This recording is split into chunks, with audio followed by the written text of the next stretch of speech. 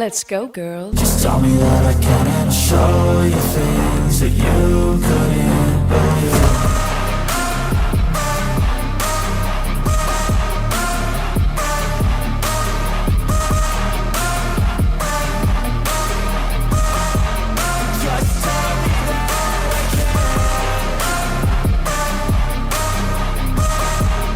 Let's go. It's Women Talking Football, WTF for short, not to be confused with WFT. We are a trio of women, the producers for Dave Campbell's Texas Football and Dave Campbell's Texan Live, ready to party on episode 81. My name is Ashley Pickle. I'm the executive producer of this joint. Sitting over there is our associate producer, Miss Mallory Hartley. Hello. Hi, can I ask you something? Okay. Here with a question is Mallory Hartley. You know, when I host, I say, yo, let's go. Why don't you say that? You just say, let's go. Why don't you say yo? Well, because I'm just trying to get straight to it. Let's go. And I'm trying to say, yo, welcome I in. I usually do say yo. I don't think you do. It's always bothered me that you don't. Okay. Not really bothered, but I just question it. She's ready to get started. Well, you also... You know what I mean. Let's get it. Let's go, girls. I thought we would just kind of continue on with that. There are sometimes, though, that your yo is very sad.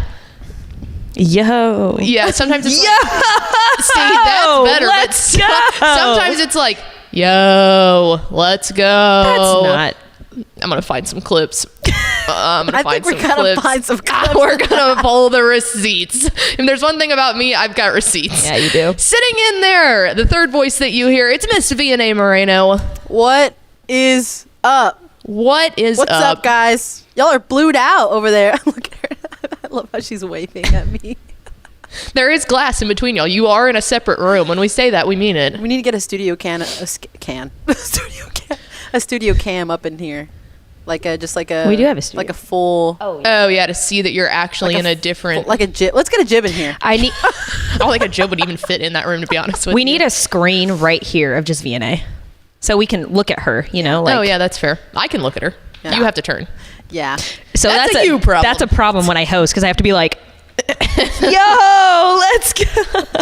It is episode 81 of Women Talking Football. If you're just joining us, this is the reason why we call this thing WTF. You never know what you're going to get. But I can tell you what, you're going to get some good high school football knowledge, which is exactly what we're going to be bringing to you today. So first off, we usually start off by announcing our spotlight games on Texas football tonight. Well, that's going to look a little different today, so we're excited to do that. We'll get to that in a minute. Then we're going to hear from Larissa Liska, the KRIS 6 sports director down there in the Coastal Bend. We're going to the beach. We're going to go talk some Coastal Bend football. Excited for that. Are y'all excited for that? I can't wait to have Larissa on again. We've had her on before to talk about the Coastal Bend, and she was fantastic. So I'm pumped to talk to her again. I think she might have even been the like a sports reporter back in the day when I think we've had her on a couple times. But excited now, she's the sports director down there. I know. Excited to talk to Larissa. All right, before we get there though, and we dive into the Coastal Bend, let's talk about something that will be happening on Friday. Friday night, we always do Dave Campbell's Texas Football Tonight, our premier high school football show, where basically a red zone style show. We have all of these games on Dave Campbell's Texan Live, and we dive into as many of them as possible to see scores across the states, all of that. Well, this week, we're going to switch it up a little bit. Our gift to you in the final week of the Texas high school football regular season is that we will be doing a Dave Campbell's Texas Football Tonight special edition watch-along. We will be giving you one of the best games across the entire state for free. For free? For me? For you, for free. That will be Humble Summer Creek taking on Galena Park North Shore. We're going to put our final bow on this wild, gruesome District of Doom in 23-6A. And we hope that you will come join myself, Greg Tepper, Ishmael Johnson, and then the ladies here behind the scenes. And we're just going to sit back, kick our feet up, and watch a game that we're super excited to see. Yeah, it's going to be an interesting matchup. And I think it's because there's nothing really on the line for this game. We know that North Shore has already locked up the 1 seed in 23-6A.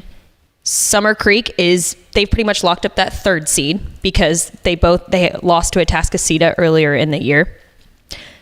But if you like prospects, this is going to be the game for you. Now, North Shore, they've already locked up. They're going to obviously be going D1. Summer Creek has already locked up that 1 seed in Division 2. So this is going to be a fun game because these teams are going to punch it out. It's going to be a great game. And they never have to see each other again because one's going D1, one's going D2 in the playoffs. Yeah, and it's funny because realistically speaking, if Summer Creek was able to do basically the unthinkable and beat North Shore, technically you would have North Shore, Atascocita, and Summer Creek all at 6-1 in district play. So technically there would be either shares of a district title or, all of that kind of stuff.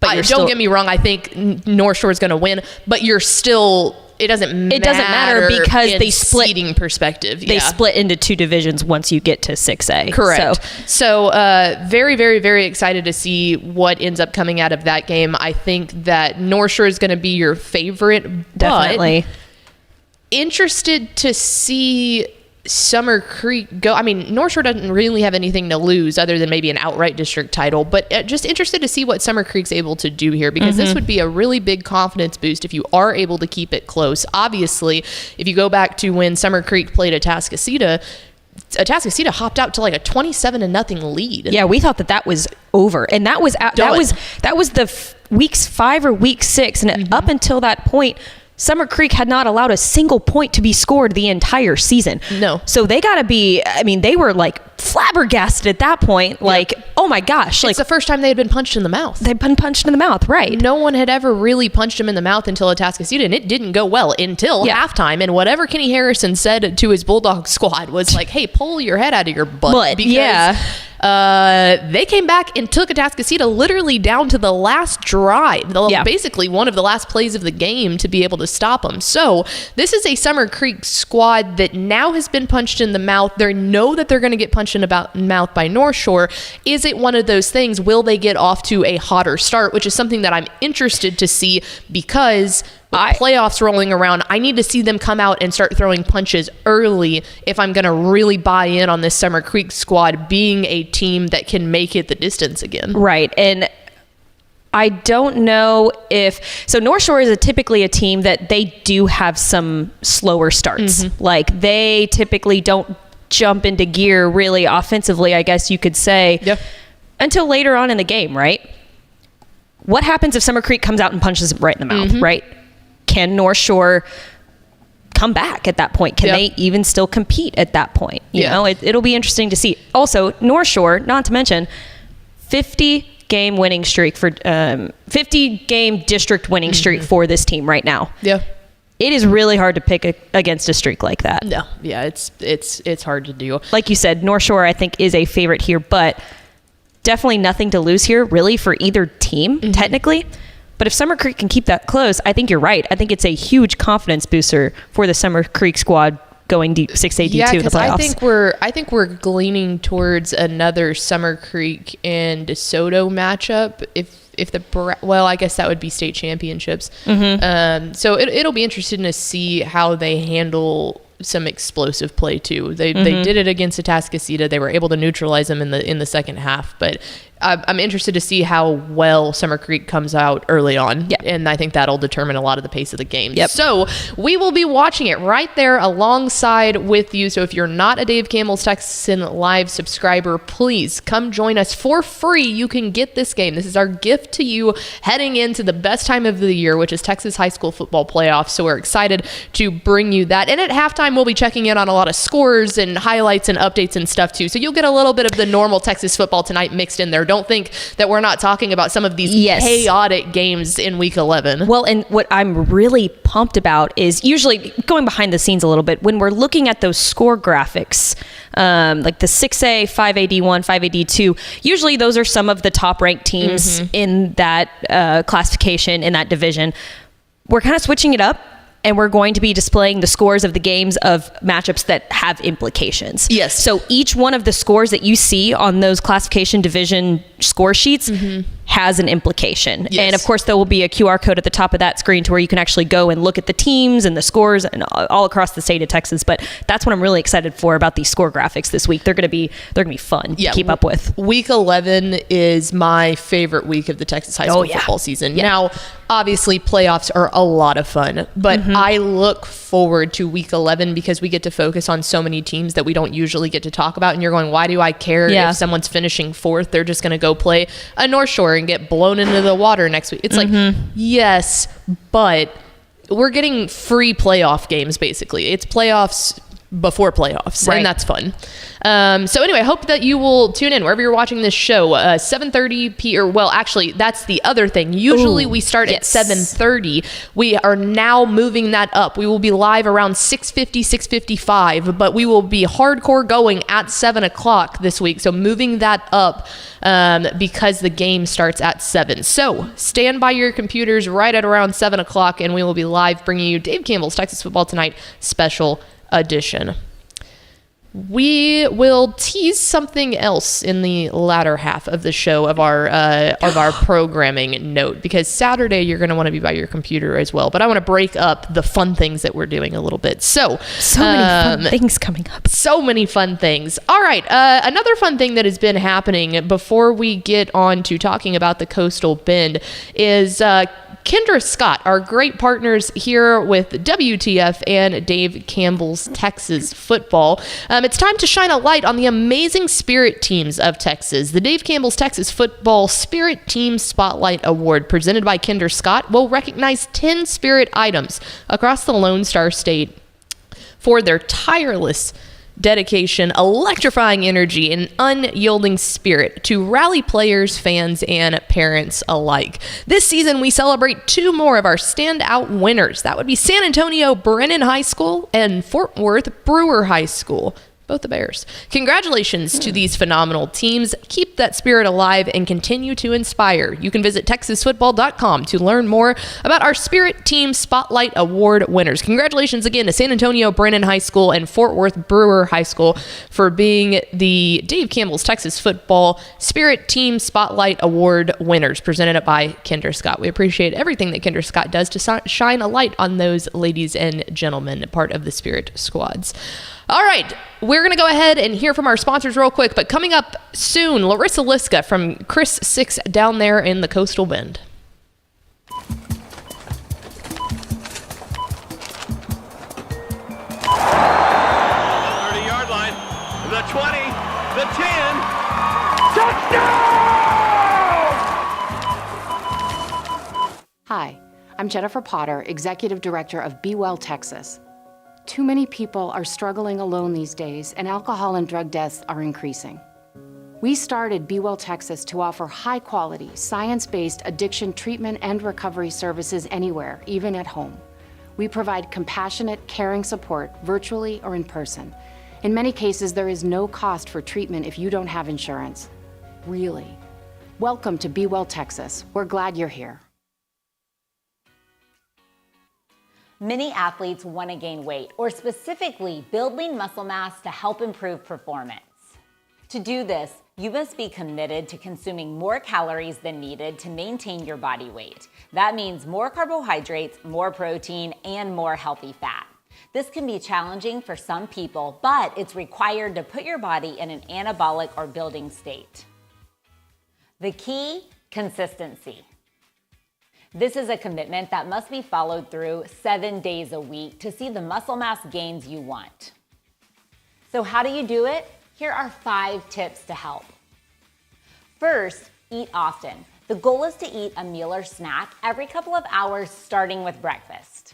A high-calorie breakfast containing carbohydrates, high-quality protein, and healthy fats is essential to kick the body out of catabolism or breakdown mode and put it into anabolic or building mode. Second, swap your snacks. Leave the goldfish and crackers behind and fuel your body with nutrient-dense snacks like Energy Bites and Trail Mix. These snacks have more calories per bite, making them ideal for weight gain. Third, add more healthy fats to your eating routine. Foods like nuts, nut butters, trail mix, seeds, and avocado can help add calories to meals and snacks. Fourth, make high-calorie food exchanges. That means get more calories into what you are already eating. For example, eat a bagel instead of bread, granola instead of a sugar-sweetened cereal, and trail mix instead of popcorn. Finally, fuel your body with nutrient-rich beverages like milk, chocolate milk, and smoothies. They can help provide the calories and high-quality protein you need to build muscle. If you have a hard time remembering to eat, set reminders on your calendar until it becomes a habit. Remember, consistency is key when it comes to building muscle. And as an athlete, that means you have to fuel up day in and day out. I appreciate all of our great sponsors sponsoring WTF, Women Talking Football. On WTF, we like to break down regions across the state, and this week we're going to the beach. We're heading down to the Coastal Bend, and no one we would rather bring on than a friend of WTF. She's a seasoned vet on this program. It's KRIS 6 Sports Director Larissa Liska. Larissa, how are you? Doing good. You know, the football season, I can't believe we're already at week 11, but, you know, we got some really good teams. The fact that we still have some undefeated teams, I'm very excited.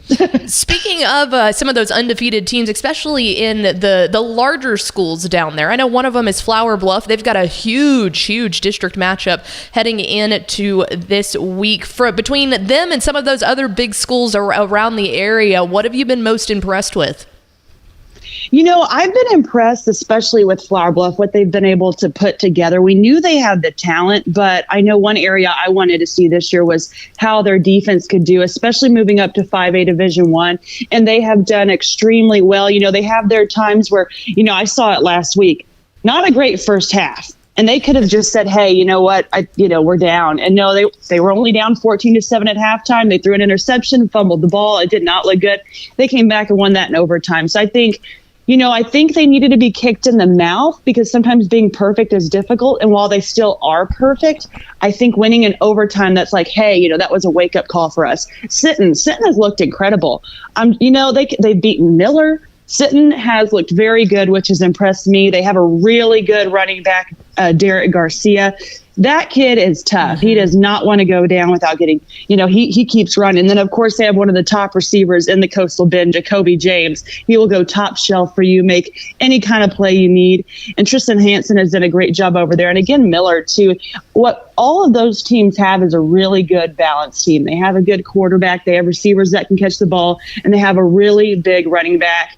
And then Refugio, they have the same mixture as well. Now, Refugio likes to run the ball a lot, but what's impressive about Refugio is they have not allowed a single touchdown scored in all of district so far. But it'll be interesting because they're up against my hometown this Friday night, Three Rivers, who's undefeated. So that's a good year for Three Rivers. They haven't had a year like that in a long time. But head coach Cornegie really turning those Bulldogs around. Yeah, no, you're spot on. We were actually just talking about that matchup with Three Rivers right before we started this show. Want to put you on the spot here. Obviously, there has been some success recently with Corpus Christi area teams and anyone from down there in the Coastal Bend making those very deep playoff runs. If you had to select one team right now that you think most likely would make it to that kind of regional final, state semifinal, maybe even over to Jerry World, who would you kind of place that on? Ooh, that's a good one. You know, it definitely would be one of those teams that I just mentioned because those are definitely the top teams on my list. I really like Flower Bluff, but being in 5A Division I just don't know. I haven't looked too deep into who they'd be facing, and I know I heard with them being if they can beat Vets, they hold on to that top seed, and it'll be a little bit easier route. Part of me just wants to pick Refugio because of the consistency. 2 years ago, losing in the state championship game. They don't have Ganado in their district this year. You know, I'm sure they'll have to face some of the Ganados and, some of the other teams. And I know a lot of people say, oh, they don't have Ernest Campbell, Ernest is actually going to come to the game this Friday. Oh, nice. He's going to receive a state championship track and field ring. So hoping to see Ernest out there. I'm really excited. But yeah, no, I think Refugio is, the fact that they've shut out all these teams, I think they're trying to make a statement. I think one game was 95-0, and they didn't mean to do that. You know, there's documentaries on Refugio shutting out teams. They put their, I think, second and third string in. What more can you do, you know? But I think they're trying to make a statement, say, hey, we might not have the fastest guy in the state this year, but we've got an offense that can score. We got one of the biggest running backs in the area. And they have actually said this is one of the better defenses they've had in a long time. Completely agree with that. Now, you've already mentioned Sinton running back Derek Garcia, but there is no shortage of talent down there in the Coastal Bend area. Give me one or two players that you've kind of had on your radar, but might be flying under other people's radar who might not be as familiar that you are with the Coastal Bend. I think going back to Flower Bluff, we all know Jaden Pelucio, Cameron Dixon. I saw they're both up for your Whataburger super teams. But, one player that's flown under the radar over there is Andre Mims. He's not the biggest receiver. He just received his first offer last week. But he's very shifty. And he's that guy, if you get him in a base, he is gone, and he will create space too. I know I had a play where he's a guy that's your receiver that can gain a chunk of yards for you. He's that guy that'll get you 40 yards, and then your running back Cameron Johnson will punch it in. So Andre Mims is that secret weapon. I think that's what helps open up Dixon, because Dixon has some great games, but sometimes it's just hard for him to get open because everybody knows about Dixon. I mean, he's Double a Vanderbilt commit, But then when you have a guy like Andre Mims, who's really stepped up this year as a senior, so really proud of what he's been able to do. She is Larissa Liska. She is the sports director at KRIS down there in the Coastal Bend. Larissa, great as always to have you on. Enjoy that Refugio and Three Rivers game. We're looking forward to seeing your report on that one, but appreciate you hopping on as always. Thank you so much for having me. Let's go Coastal Bend. There she goes, Larissa Liska. You can follow her on Twitter at Larissa Liska. It's Liska. Always a blast to have her on. Yeah. She knows her stuff. I love it. It's so fun. All right, let's get down into it. So Larissa obviously teed us up for a really good regional breakdown here of those Coastal Bend teams. We start off with looking at some of the ranked teams in 5A Division 1. It is the aforementioned Corpus Christi Flower Bluff Hornets sitting at undefeated on the year, and they completely control their own destiny here. So hold with me, because they're playing Corpus Christi Veterans Memorial on a Friday night for the district title. That would be 3 in a row for them, which is very good. Correct. Is it? That's my analysis. Very good. They're good. Next. So go back to last week. Guys, come on. This is my graphic. Go back to last week. An insane overtime victory against PSJA North. So they went down there, beat them by 1 point, 28-27. That was key for almost shoring up that district, because if they lose, you're looking at a 3-way tie between Flower Bluff, PSJA North, and Vets, because obviously Flower Bluff has the win over PSJA North, but North has a loss to Vets. So if Vets beats Bluff, you're looking at everybody having one loss and they all three beat each other. This is why Week 11 is so fun. Yes. So that's when you start going, okay, is there point differentials here? If you're unfamiliar with how the Texas high school football scope works when it comes to deciding tiebreakers in your own district, that is up to each DEC. The district executive committee gets to come in and they have their own rules set in place. So everyone's different. But if you're looking at point differential here, Flower Bluff, let's just see, PSJA North lost to Vets 35, or beat Vets 35-7. So obviously there's only the 1 point differential between Flower Bluff and PSJA North. So the 35-7 is going to be key in figuring out just how much Vets would have to beat Flower Bluff by to solidify them as the district champion or not. But for Flower Bluff, their quarterback, Jaden Paluso, his connection with senior wide receiver Andre Mims continues to be lethal. They're outscoring opponents 439-77. Okay. That's insane. Not only does that mean this offense can go, it means this defense has been stout. They've pitched 4 different shutouts on the year, led by junior linebacker Tristan Wilson. Senior quarterback Owen Agus has been incredible as well. Really, really like what this Flower Bluff team brings to the table. I think that you can pencil them in as the favorites over Veterans Memorial, but in a district like that, wilder things You just don't know. Yeah, so, you just don't know. Incredibly excited That's the E word I was looking for, because I was fixing to say to see what Coach Elwood's team does. There was a lot of E's back to back. But big District 15 5A Division 1 title belt on the line on Friday. Another district title belt on the line I have Friday. a feeling this is going to be a theme of this show. I think so too. Moving on down to 4A Division 1. It's number 8, Bay City. Larissa already talked about that a little bit, but this is a team that has kind of recently come on into the spotlight the past couple of years, and that's because of Coach Jones there. He took over in 2020 after this team went 0-9. So he has absolutely flipped the script here in recent years. They're an 8-1 on the season so far. Only loss coming from Edna, which we'll talk about them in a little bit. Edna has been absolutely just rolling. Yeah, they have. So not a bad loss there for Bay City at all. They've made the playoffs the past 2 seasons. Of course, they're missing their defensive lineman, Carlin Jones, who graduated last year, now at USC. So that's really cool. Super important game, obviously, coming up this week for District 15 4A Division 1 standings. Bay City will be playing Port Lavaca Calhoun, and of course that will be... Dude, focus on that mascot matchup for a second. Black Cats versus Sand Crabs. Inject that into my veins. You sent me a couple of cute emojis earlier when we were talking about Port Lavaca. It was the crab, and the the beach. beach. I was waiting for that. I was waiting for Someone clip that. That's how their Someone clip defensive that. line's going to look. Okay. Hope maybe against Bay City, but the Black Cats are rolling, so I don't know. That offensive line's pretty good, but super important game. I like this offense a lot. I think that they are Bay City. I think that they're very complete. Quarterback Alex Estrada, Larissa already mentioned him. He's rolling right now, 3-year starter for that team, and his favorite target, I'll talk about a little bit later, Zylan Williams, and of course running back Jada Andrews. So they are very balanced offensively, which will give, I think, this Port Lavaca Calhoun team some trouble defensively. Should be a tasty game, but let's look at regionally here for the playoffs.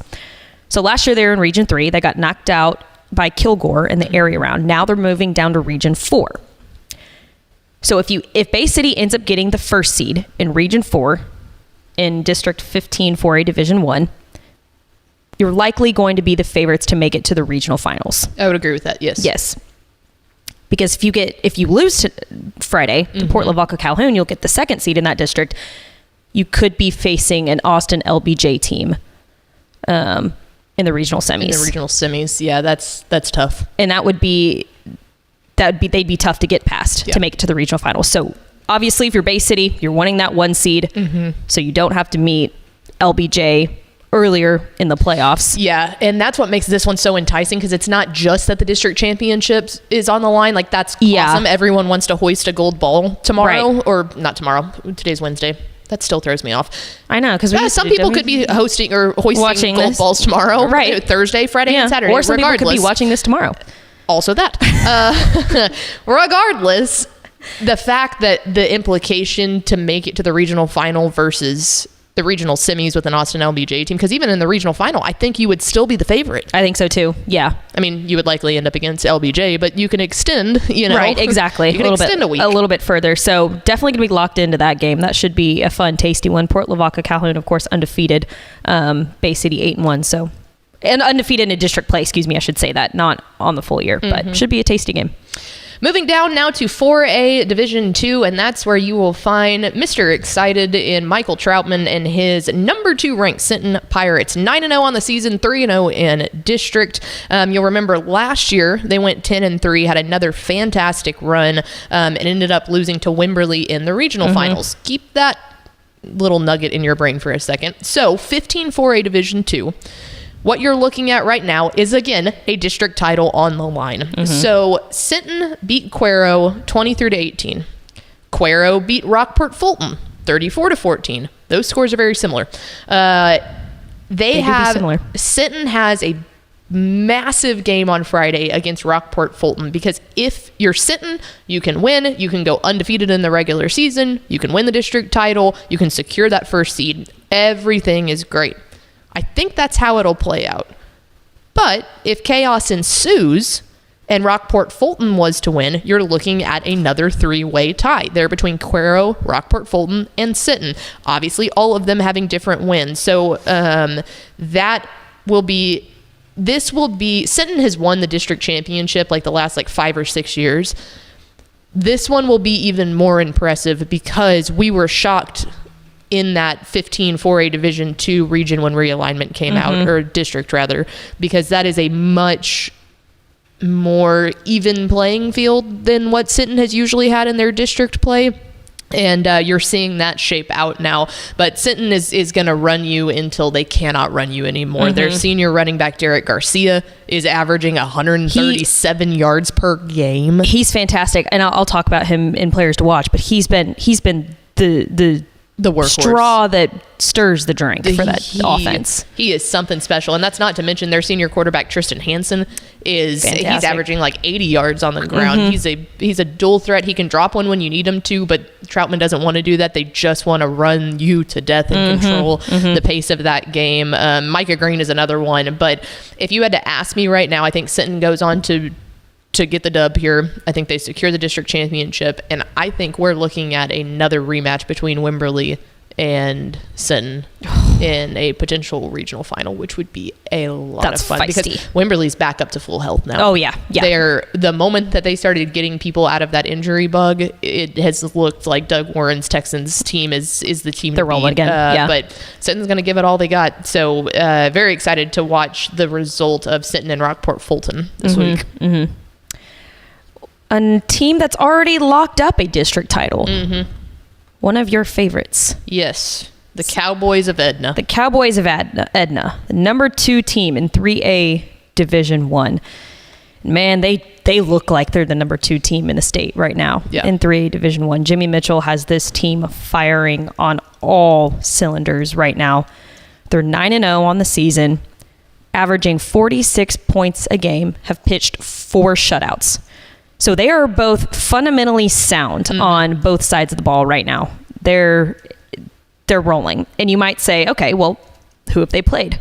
Well, let's look at their resume, because this resume is one of the more impressive resumes, I think, in the state. They got a win over Vanderbilt Industrial, which is a pretty good win, because Vanderbilt Industrial is... They're a little down this year. But they're playing up, correct? Yes. Vanderbilt Industrial, the aforementioned Bay City, 35-7, and that's playing up. That was the biggest win of the year. That was for them. Everybody's eyes opened at that point, because not only are you playing up a classification, you're playing up a Division 2. Yeah, you're playing up against a state ranked. Yes, correct. They beat Refugio. That's a huge one too. Of course, they're playing down a classification, but any win over Refugio is a good win. Yes, they shut out Orange Grove, a pretty good Orange Grove team. And then they beat Goliad later, or a couple of weeks ago, and that's a district game. Goliad's probably locked up that second team in 15-3A, Division 1. So they already have the resume, and they've already been tested so far this season, heading into the playoffs. All right, now let's look at it at a broader scope of things in the playoffs. So they will go Region 4, like they did last season. And man, looking at Region 4... I don't think there's anybody that can compete with this team in Region 4. I can give you one. I think you're going to see there are 2 options here. You're either going to see, and when would they, hang on, let me do some math here. So I think that you will either get Edna Llano again in the regional final, straight up, or if, let's see, 13, the second seed in 13B would be, you're going to see Edna take on Universal City Randolph. That's a pretty solid regional semifinals. So those would be the 2 most difficult games for them. If they can get past the Rohawks, which I think that they can do, then they would end up playing Llano in the regional finals again. And I think they'll probably end up facing Franklin again. In the state semis. I think Franklin is probably your favorite coming out of Region 3. They had kind of a weird start. Columbus. Columbus is good Hitchcock. too. Hitchcock But is they're good gonna too. beat up but on I each think they're other. going to beat up on each other early on, which leaves Franklin. Yeah. I would put Edna Columbus down. And then as my Hitchcock pick. is hurt too. Like Yeah. it's just like Columbus is hurt. We don't know Grayson Rigdon's status heading into the playoffs. Yeah, I think Columbus has more weapons than just Rigdon though. Like Yeah, they do. have a They lot do. more. But also, I think Franklin's kind of figured it out too. Yeah. I think Franklin has figured it out later on in the season. I mean, I don't know. Region 3 is kind of a mess. I think You'll see for this Columbus and sake- Franklin. My guess right now would be Columbus and Franklin, and then Llano Edna, and then you would have Edna Columbus. That's Edna my Columbus, pick. yeah. No, if that's a you want to good know one. my predictions for the regions. Yeah, I think so. I don't know. It's tough. But I think that's they're- what makes this week so much fun is I think they're by far the evaluating this. favorite in and Region Region 4. 4. I think so too. Region 3 is a mess, but Did you Region hear 4, I that? think Edna's coming out. I said that. I Region think they're the favorites 4. in Region 4. Yeah. Edna. Want to make sure everybody heard that. Speak it to the people. Okay. All right, moving on now to 3A Division 2, and that's where we find the Brahmas of East Bernard. They are currently sitting at 2 in our final rankings of the season, 9-0, 5-0 in district, and head coach Jeremy Jenkins has been the thing to help them figure it out. So the biggest thing heading into this year was the fact that, if you remember, Jeremy Jenkins is in his first year there at East Bernard. Mm-hmm. He came from Gilmer Harmony. I don't know if you remember back a year or two when Harmony They were came out of great. absolutely Nowhere. Absolutely remember that, yeah. nowhere, and made it all the way, I think, I know they made it to the regional finals. I can't remember if they made it to the state semifinals or not. There's no way to figure that out. How could we ever know? It's But- not like we have a whole database of it. Yes. Wade Boss stepped down after 8 seasons. In comes Jeremy Jenkins. And the reason that was so stinking notable is because East Bernard is part of Slot T Mafia. Slot T Mafia. Until this year when high-flying Jeremy Jenkins, because, I mean, Came you in and- remember when Harmony was absolutely cooking with Crisco, it was all because they were able to just score an insane amount of points on you.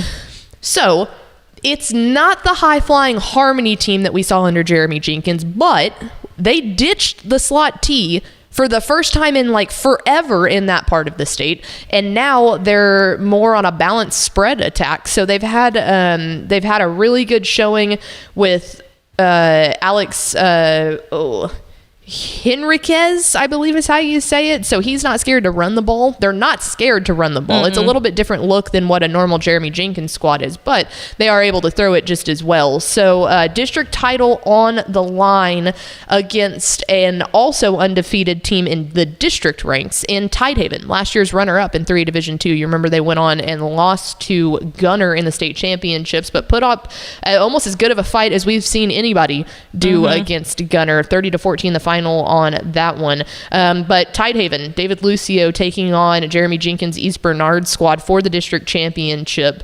this week. And then I think if you scale out a little bit, you're going to go in Region 4. Region 4 of 3 Division 2 is deadly.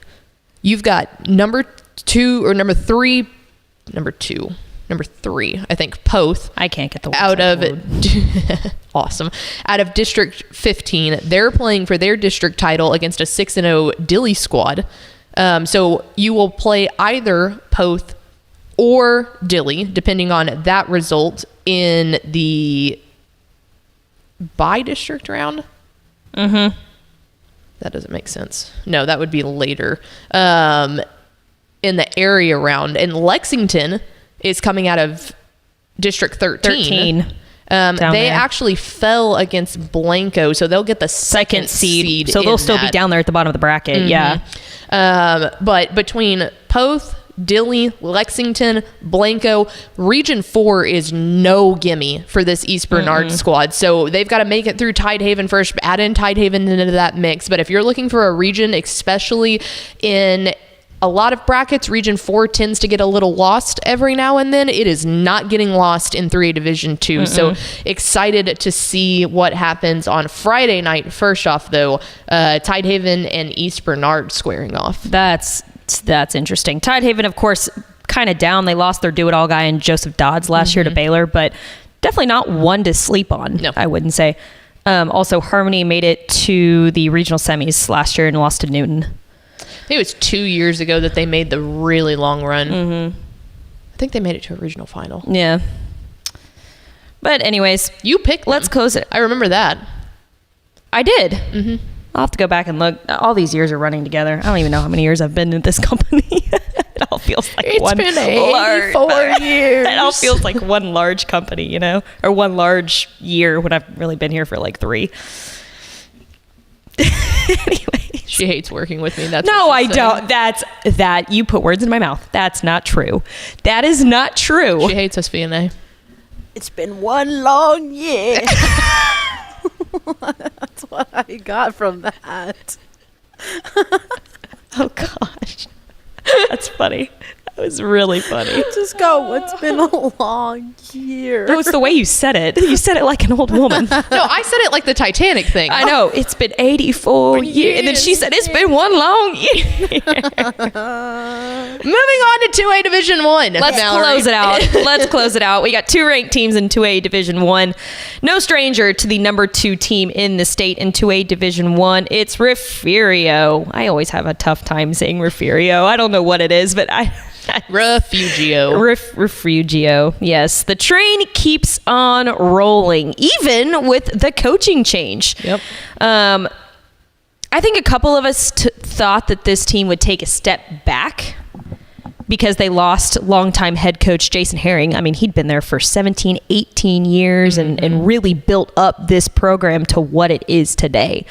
Now, of course, their new head coach, Drew Cox, had been an assistant under Herring for a long time. So maybe not as much of a step back, but I think some people may have thought, okay, well, you know, trying to learn a new coach and the way that he does things. It's very Robbie Jones taking over for Tim Buchanan / Steve Wood. Correct. Obviously, it's giving Alito. They haven't missed a beat so far this season. They're 8-1, only loss coming to Edna. Edna's just rolling. Edna keeps on rolling, sure you know. But of course, a really good loss. They only lost by 1 score, and again, that's playing up a classification, 1 classification, excuse me, and 2 divisions. This team is crazy. Okay, they're outscoring opponents 542 to 69. Nice.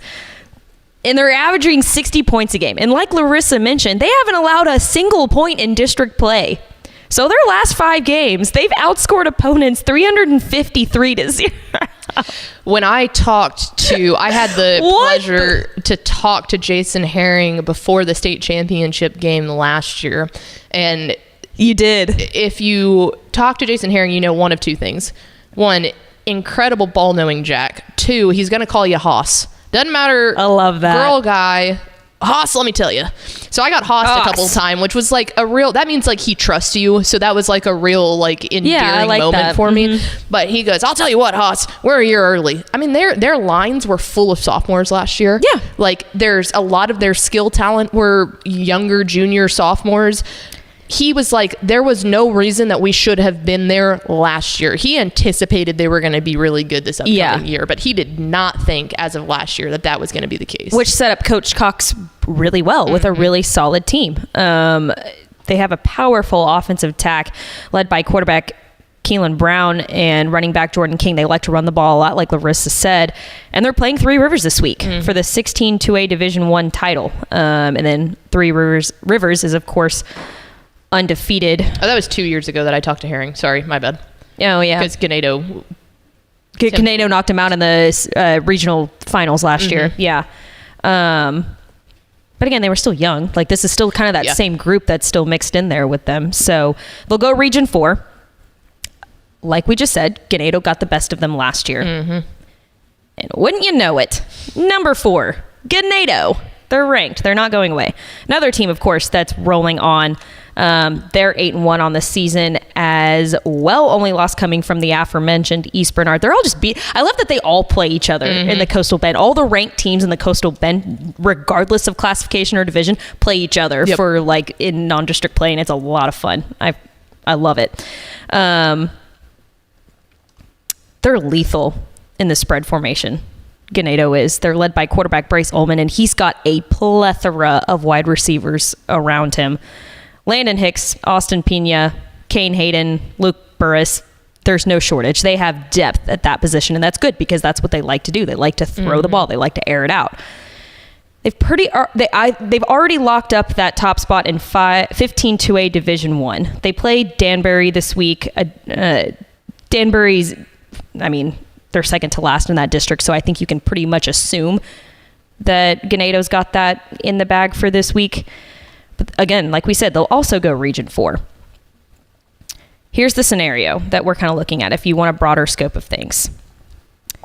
If Refugio beats Three Rivers, like we assume that they're going to do on Friday, they will not meet Ganado again. They will not meet Ganado until the regional semis this year. Because last year, Ganado locked up the second place spot in that district, which means they didn't meet last year until the regional finals. Yes. And again, if Refugio doesn't win that same, they'll be the second team again in that district. And it would likely be the same. And it'll likely be the same.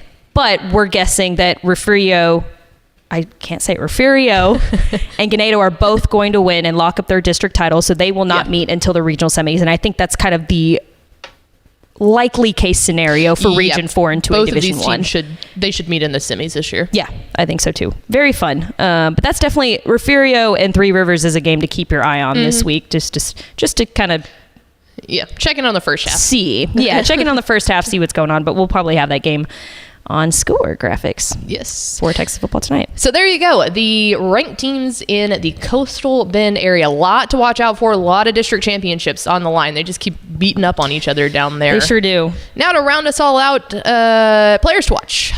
Why do you always say it like that? Because I know that you're fixing to get so excited, so I have to balance you out. Oh, I am excited. I love talking about players. Okay. A couple of these players Larissa already mentioned, so I know it's valid. I know that my Cruton knowledge is valid because Larissa validated me on that. Starting off in Corpus Christi Flower Bluff, 2025 quarterback Jaden Pelosi, a true gunslinger in this offense, like Larissa mentioned. His throws are real clean, and his accuracy is kind of the thing that really sticks out to me. He's thrown for 2,600 yards this season, 39 touchdowns, and has only thrown 4 interceptions.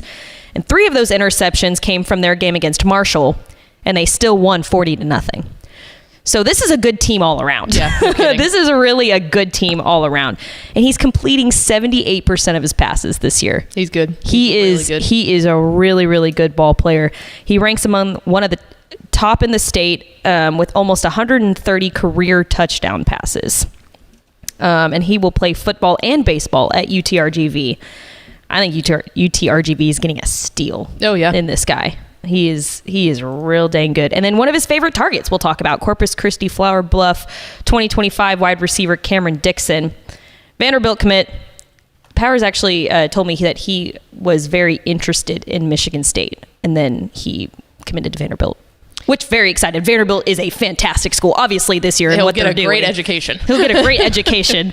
But for my Spartan heart, that makes me a little sad. Yeah. But this got an interesting story. So he was born in Virginia. Then he moved to Tennessee when his mother was deployed in the military. Moved back to Virginia. And then moved back to Tennessee again. Then back to Virginia. And then came to Texas. So he's lived everywhere. Yeah, he's lived everywhere. He was one of the main factors, I think, in helping the Hornets in an amazing semifinal run last season. 40 catches for 520 yards and 9 touchdowns already this season. He's just an athlete. And last year he played in all 3 phases of the game, but I think he's focused on that wide receiver spot this year because that's what he's going to be playing at Vanderbilt. He clocked a 10.8 on the 100-meter dash, so speed is a real factor, a real standout factor for this guy. He's very fun to watch, but those two are kind of the dynamic duo, I'd say, there for Corpus Christi Flower Bluff, two that you really need to watch out for in the playoffs. Staying in Corpus Christi Miller 2025 running back Broderick Taylor, also known as Turbo Taylor. Which is because of his inherently speed. amazing. Yeah. Turbo Taylor. I love that. Taylor. I love that because his speed is off the charts. He's racked up over 4,000 yards on the ground and 58 touchdowns over his varsity career. He's kind of an all-purpose back. He can run the ball through a brick wall, catch passes out of the backfield, can create explosive plays. But one of the things that's kind of different about this guy is that he's got great pass protection ability too. He can be utilized in a lot of different ways on the offensive front there. He holds offers from UTRGV and UTEP. And then I think he said on his Twitter that his recruitment is still open. So he's still actively looking at different colleges too. But UTRGV and UTEP are the two programs that have offered him so far. And he's 2025, so could be making a commitment here soon. Bay City 2025 wide receiver, Zylan Williams. I like this kid. There are so many recruits with like that name or some version of that name. Zion Williams, Zion Williamson, Zylan Williams, like, and they're all good. Yes. Yeah, I know. That's what makes it hard when you're recruiting because it's like crazy. Yeah, exactly. I think Larissa did mention him. I think he's kind of a sleeper down there in the Corpus region, or the Coastal Bend region, I should say. He's committed to play at Temple, which to me it appears to be his only offer. Okay. So he's 2025. He's already committed to play at Temple, but I think more light needs to be shed on him. He's a really, really good player. Athleticism is what stands out to me when watching his tape. He's a good route runner. He's fast. He's got really good hands. Can go up and win a lot of those 50-50 balls. Very, very athletic. And he's also a great blocker too. Maybe a little undersized, and I think that's probably why maybe he's gone a little under the radar. Yeah. But he's a good competitive athlete. Really going to be an integral part of this Bay City offense heading into the playoffs. And I think he'll be a really good player at Temple if he decides to stick with Temple. Yeah, he no does doubt. get more offers, but that's a steal for Temple, I think. And to round it all out, sitting 2025 running back Derek Garcia. He's currently out with an injury. He's been out since probably mid-season, I'd say. That's why it's still been so impressive what Sinton's been able to do. Exactly. I think he is expected to return. Now, I don't know if that's this week for their final game of the district or final game of the regular season, or if they're just saving him for the playoffs. Yeah. But I think he is expected to return, which is good because that means the injury is not as serious. But he's definitely a real asset to this offense, I'd say. Through 6 games this season, he's rushed for 125 yards and 8 touchdowns. He's got that breakaway speed and creates that kind of separation for himself that makes him just an explosive, dynamic running back. Again, now credit to Sinton. They haven't missed a beat without Garcia. But he is a big part of that offense and could really push Sinton over the edge into the playoffs if he does make that return. Yeah. Hoping for a speedy recovery for this guy. Oh, but absolutely. Man, he's a dynamic So is Michael player. Troutman. Correct. So there you go. Players to watch in the Coastal Bend region. There we go. All right. Well, that is going to do it for us. There is one more thing that we want to tease. So as we mentioned, Friday night in our Dave Campbell's Texas Football Tonight special edition watch along, you can watch for free Galena Park North Shore take on Humble Summer Creek. You are not going to want to miss that as we try to figure out exactly what the shape of District 23 6A looks like. But that's not the only thing that we're doing this weekend that you can tune into. How about Saturday night, 10:30 p.m., the inaugural Dave Campbell's Texas Football Tonight bracket reveal show. That's right, the only place that you can exclusively find all 12 from 6A Division 1 down to 1A Division 2 brackets for the state UIL playoffs. Right here, wherever you're watching the show, YouTube, Facebook, Twitter, or TexanLive.com. You can watch for free as Greg Tepper, Matt Stepp, Carter Yates, Greg Powers, and Mallory Hartley bring you the 12 UIL Texas High School football state brackets. We are incredibly excited to be the exclusive reveal of all 12 of those brackets, and you can watch it for free. So For free? for free. For me? For you? Free. For everybody. For everybody. For free. So the Dave Campbell's Texas Football Tonight playoff bracket reveal show. That's a lot of words. But we'll be seeking a lot more words as we reveal all of the 12 brackets. So Very incredibly excited for that. We hope that you will tune in. Again, Texas Football Today, tomorrow, Tep and Step on Friday, followed by Texas Football Tonight in our watch along, and then we'll round out the crazy football weekend with all of that. After the show, all of the printable brackets will be on texasfootball.com/playoffs. It is your playoff hub. All of the information, games, times, locations, the brackets, print them out. Fill out your brackets beforehand. Treat this like December madness, November madness. But we are incredibly excited. You're going to want to go to texasfootball.com and especially watch the playoff show, because that is where your Texas high school football playoffs start and continue. Well, and we'll have that Saturday. We get Sunday kind of off, and then Monday is our big prediction show. Yes, Texas Football Today, massive prediction show. We make predictions for every single regional winner and the state champion winner. Almost the whole staff does that. It'll be myself, Greg Tepper, and Greg Powers on that one. So this is the place to be. TexasFootball.com/subscribe. You can watch all the games on Texan Live. You can get all of the insider information for the playoffs. This is the best time of year, and we hope that you will celebrate it with us.